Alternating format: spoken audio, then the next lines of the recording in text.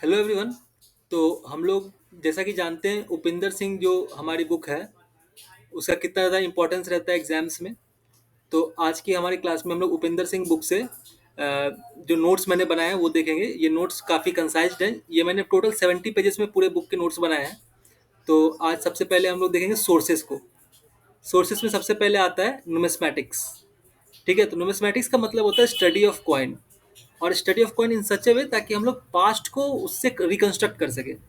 तो इसमें सबसे पहले आएगा पॉलिटिकल हिस्ट्री कि कॉइन से हम लोग एक पॉलिटिकल हिस्ट्री कैसे पता करते हैं। सबसे पहले है extent of territory through wide circulation. मतलब क्या कि अगर ये इंडिया है मान लीजिए, और इंडिया के इस वाले पोर्शन में हमें गुप्ताज के कॉइन्स मिल रहे हैं, तो हम क्या कहेंगे कि ये जो एरिया है इस पूरे एरिया में गुप्ता रूल रहा होगा। ठीक है, और ऐसे ही जो हमारा 200 बीसी से लेके 300 बीसी के बीच का टाइम पीरियड है, इस टाइम पीरियड में इंडो ग्रीक्स, पार्थियंस, साका, क्षत्रप, इन सब के बारे में जो हमें नॉलेज मिलती है वो ज़्यादातर कॉइन्स के थ्रू मिलती है। और एक ये भी कारण है कि वाई इनका जो टाइम पीरियड है इसको हम लोग डार्क एज कहते हैं। डार्क एज क्यों कहते हैं? क्योंकि इनके बारे में हमें और कुछ सोर्स ज़्यादा मिलते नहीं है पढ़ने के लिए। तो हमें हम लोग कॉइन्स पे ही डिपेंडेंट होते हैं। ठीक है, इसके बाद नेक्स्ट होता है कि नेचर ऑफ पॉलिटी भी हमें इससे पता चलती है। कैसे? जैसे कि जो यादयाज डायनेस्टी है मालवा की, उनके कॉइन्स में हमें एक टर्म मिलता है गना। और अब जरा आप याद करेंगे तो जो महाजनपद पीरियड है तो उसमें जो वैशाली महाजनपद होती है उसमें ये टर्म आ रहा होता है कि गना संघा। तो इस गना टर्म से हम लोग क्या कहते हैं कि जो यादयाज रहे होंगे ये नॉन मोनार्कियल इन नेचर रहे होंगे। ठीक है, अब इसके बाद जो कॉइन्स होते थे एंशिएंट टाइम पीरियड में, इसे दो लोग इशू करते थे। एक स्टेट इशू करता था और दूसरा गिल्ड इशू करता था। ठीक है, गिल्ड क्या होता है कि जो जितने भी आपके एक तरीके से ट्रेड यूनियंस हैं किसी भी एक पर्टिकुलर ट्रेड के, उनको एंशिएंट टाइम में गिल्ड कहा जाता था। तो ये गिल्ड भी कॉइन्स इशू करते थे। और इन गिल्ड के कॉइन्स हमें क्या पता चलता है कि जो गिल्ड है ये इनकी इंपॉर्टेंस कितनी रही होगी और इनकी ऑटोनॉमी कितनी रही होगी, ये इनके कॉइन से पता चलता है। ठीक है, और फिर रिकंस्ट्रक्टिंग डायनेस्टीज। तो जैसे कि रामगुप्ता है, ये समुद्रगुप्त और चंद्रगुप्त टू के बीच में आता है गुप्ता डायनेस्टी में। लेकिन रामगुप्त के बारे में हमें पुरानाज में कुछ नहीं मिलता है। जनरली पुरानाज में सारे जिनोलॉजीज प्रेजेंट होते हैं किसी भी किंग के, बट रामगुप्त मिसिंग है। लेकिन रामगुप्त का हमें कॉइन मिलता है, तो इससे हमें क्या पता चलता है कि रामगुप्त भी एक टाइम पे किंग रहे होंगे। ठीक है, फिर नेक्स्ट आता है इकोनॉमिक हिस्ट्री। ठीक है, तो इकोनॉमिक हिस्ट्री कॉइन से कैसे पता चलता है कि जो कुषाण का कॉइन डिस्ट्रीब्यूशन है वो किस तरीके से है कि अगर ये मान लीजिए इंडिया है और ये सेंट्रल एशिया है, तो कुषाण एम्पायर कुछ सेंट्रल एशिया पूरा और लगभग पूरा नॉर्थ इंडिया इस तरीके से फैला हुआ है। ठीक है, तो अब इस पूरे एरिया में अगर आप ध्यान से देखेंगे तो ये जो सिल्क रूट है, सिल्क रूट सेंट्रल एशिया से पास करती थी, ये कुषाण एम्पायर के अंडर आ रही है। तो इसका मतलब क्या कि हमें कुषाण की इकोनॉमिक्स के बारे में पता चलता है कि वो काफ़ी ट्रेड से फ्लरिश कर रही होगी। ठीक है, और फिर जब नेक्स्ट आते हैं सातवाहनास। ठीक है, ये जितने भी एग्जांपल्स हैं ना, ये एग्जांपल्स एग्जाम के पॉइंट ऑफ व्यू से इंपॉर्टेंट जाते हैं कि सातवाहनास के कॉइन में क्या था, कुषाण के कॉइन में क्या था, रामगुप्त का कहाँ से आता है, यादयास के बारे में जो भी है, ये सारे एग्जांपल्स इंपॉर्टेंट है। ठीक है, तो सातवाहनास के कॉइन में हमें शिप की ड्राइंग मिलती है या शिप का इंप्रेशन मिलता है। ठीक है, इससे हमें पता चलता है कि जो मेरीटाइम ट्रेड है सातवाहना के टाइम पीरियड में काफ़ी ज़्यादा रहा होगा। ठीक है, और सातवाहना किंग जो होते थे वो खुद भी ट्रेडर हुआ करते थे, मैरीटाइम ट्रेडर हुआ करते थे। ठीक है, नेक्स्ट आता है कि जो एक जगह है अरिकामेडू, ये तमिलनाडु में है। ठीक है, यहाँ पे हमें रोमन कॉइन्स मिलते हैं। तो इससे हमें क्या पता चलता है कि जो अरिकामेडू है ये एक टाइम पे रोमन सेटलमेंट रहा होगा। ठीक है, अरिकामेडू में बहुत सारी चीज़ मिलती है जैसे आर्टिनियन वेयर। आर्टिनियन वेयर के ऊपर काफ़ी बार यूजीसी नेट में क्वेश्चन आ चुका है। ठीक है, फिर उसके बाद फिर नेक्स्ट आता है कि जो कॉइन्स होते हैं इससे हमें क्या पता चलता है लेवल ऑफ इकोनॉमिक प्रॉस्पेरिटी। मतलब अगर किसी किंग ने गोल्ड कॉइन इशू किए हैं, किसी ने सिल्वर कॉइन इशू किए हैं, किसी ने लेड कॉइन इशू किए हैं, तो तीन अलग अलग मटेरियल के जो कॉइन है इससे उनके लेवल क्या रहा होगा, उनके प्रॉस्पेरिटी का ये भी पता चलता है। जैसे कि लेट गुप्ता रूलर्स जो थे उन्होंने ज़्यादा करके लेड कॉइन्स इशू किए हैं। ठीक है, तो ऐसे ही एक हिस्टोरियन है डेलिल। ठीक है, डेलिल क्या कहते हैं कि debasement in response to greater demand. मतलब कि अगर डिमांड ज़्यादा बढ़ जाता है तो एक गोल्ड कॉइन की जगह पे 10 लेड कॉइन इशू कर दिए जाते हैं। ठीक है। फिर नेक्स्ट आता है सोशियो कल्चरल हिस्ट्री थ्रू नुमिस्मेटिक्स। तो जैसे कॉइन्स है समुद्रगुप्त का, उसमें हमें वीणा प्लेइंग दिखाई पड़ता है कि इस कॉइन में क्या देखते हैं कि समुद्रगुप्त वीणा प्ले करे, मतलब क्या है कि गुप्ता के पीरियड में म्यूजिक का काफी इंपॉर्टेंस रहा होगा, इससे ये पता चलता है। ठीक है। फिर सेकेंड सेंचुरी बीसी के आसपास एक ग्रीक रूलर है एगाथोचेलस, जो कि अफगानिस्तान में इंडो ग्रीक किंग है। इसके कॉइन में हमें बलराम और कृष्णा दिखाई पड़ते हैं, इससे हमें वहाँ की रिलीजियस सेंटिमेंट्स एंड आइडेंटिटीज का पता चलता है। ठीक है। फिर जो गुप्ता किंग है उनके कॉइन्स पे रिप्रेजेंटेशन होती थी विष्णु और लक्ष्मी की। ठीक है। इसके अलावा फिर नेक्स्ट आते हैं जो इंडियन, ईरानियन और ग्रीको रोमन ट्रेडिशन है और जो कुषाण के रिफ्लेक्शन है, ये सारे एक्लेक्टिक्स व्यू सोल्व करते हैं मल्टीपल कल्ट्स की। ठीक है। मल्टीपल कल्ट जैसे कुषाण टाइम पीरियड में हमें एक देवकुला कल्ट मिलता है, तो ये कहाँ पे मिलता है? मथुरा। ठीक है। मथुरा में हमें देवकुला टेम्पल्स मिलते हैं जहाँ पे कि किंग्स और रॉयल फैमिली के मेंबर की ही पूजा होती थी। ठीक है। फिर अब नुमिस्मेटिक्स के बाद नेक्स्ट आता है एपिग्राफी। ठीक है। एपिग्राफी का मतलब होता है जो स्टडी ऑफ इंस्क्रिप्शन होता है, इसको हम लोग एपिग्राफी कहते हैं। अब एपिग्राफी से पॉलिटिकल हिस्ट्री कैसे पता चलता है? जैसे टेरिटोरियल एक्सटेंट है अशोका के इंस्क्रिप्शन का, उससे हमें अशोका का टेरिटरी पता चलता होगा। जैसे कि अगर अशोका के टाइम पीरियड की बात करें तो 84,000 पिलर अशोका ने पिलर इंस्क्रिप्शन को कमीशन करवाया था। अब अगर 84,000 इंस्क्रिप्शन है तो इस जहाँ जहाँ भी ये पिलर लगा होगा वहाँ वहाँ अशोका का इन्फ्लुएंस रहा होगा। तो इससे हमें उसका पूरा पता चलता है कि कहाँ तक उसका इन्फ्लुएंस रहा है। ठीक है। अब एक इंस्क्रिप्शन इंपॉर्टेंट है ब्रह्मगिरी इंस्क्रिप्शन।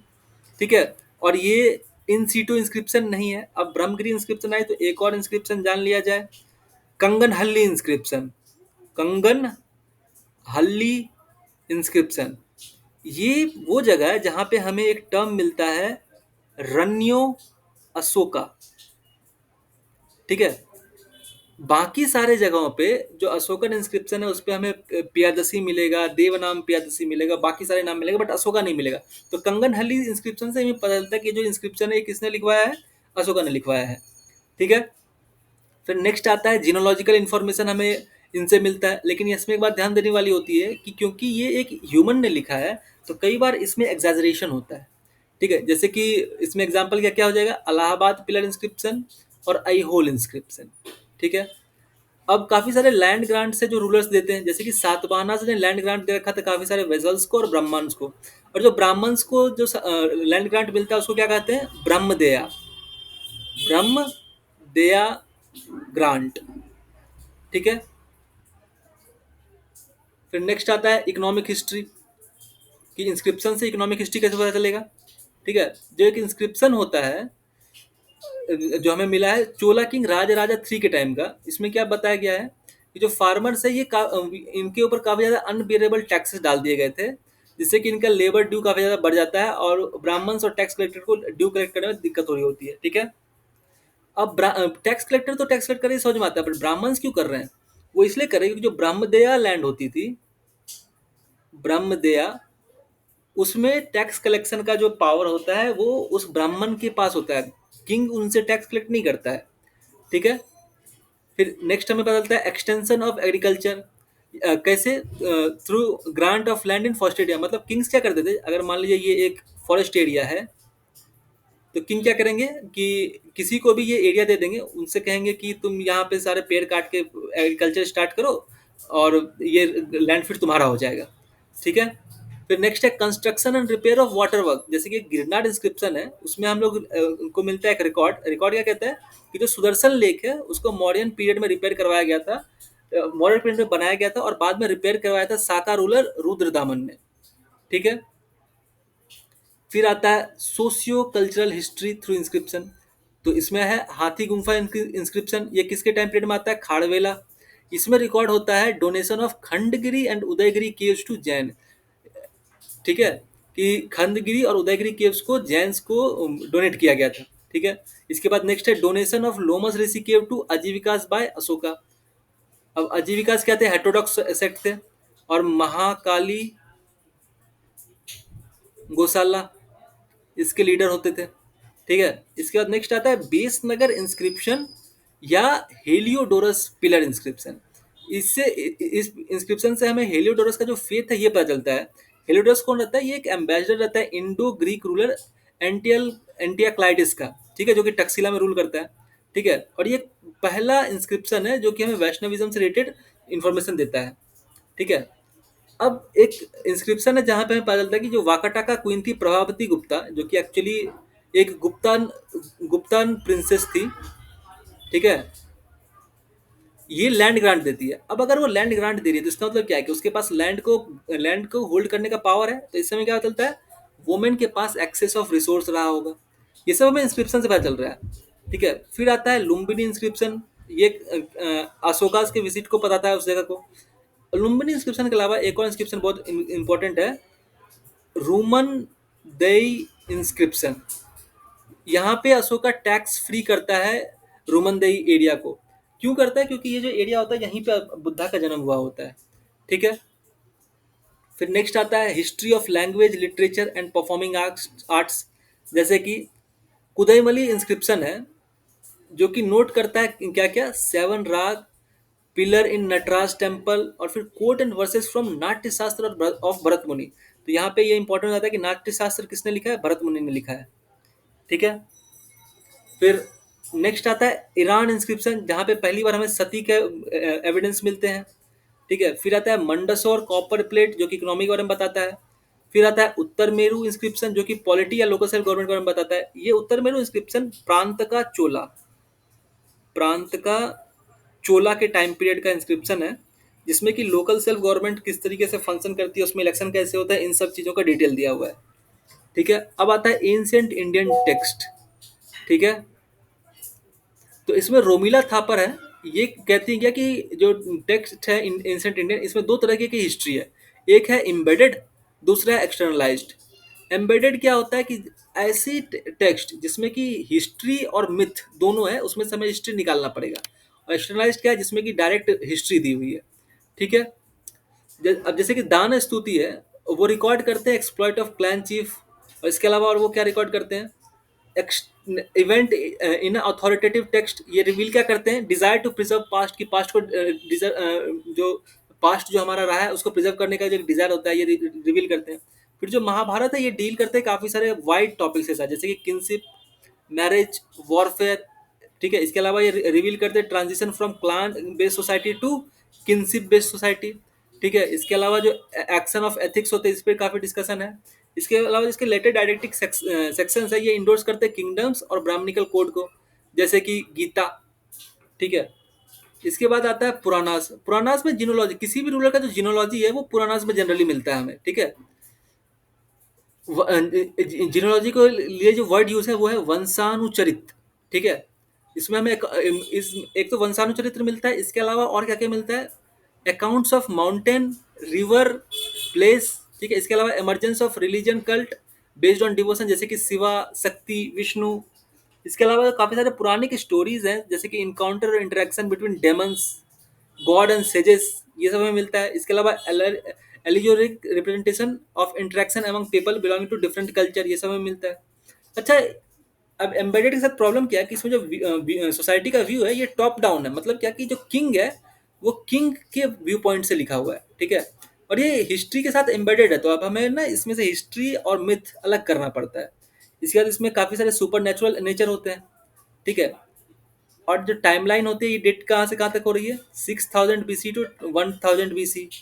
ठीक है। इसके अलावा ये वेस्टर्न सेंस ऑफ हिस्ट्री को प्रमोट करता है, और ये काफ़ी आर्किक संस्कृति यूज करता है। आर्किक का मतलब होता है ओल्ड या पुराना। आर्किक का मतलब क्या हो गया? ओल्ड। ठीक है। इसके अलावा ये एक रिलीजियस लिटरेचर के नेचर में होता है, और इसमें जो भी लिखा है उसको हम किसी आर्कियोलॉजिकल सोर्स के साथ कोरॉबरेट नहीं कर सकते। ठीक है। तो आज के लिए इतना ही। चलिए नेक्स्ट क्लास हम लोग इंडस वैली सिविलाइजेशन के साथ मिलेंगे।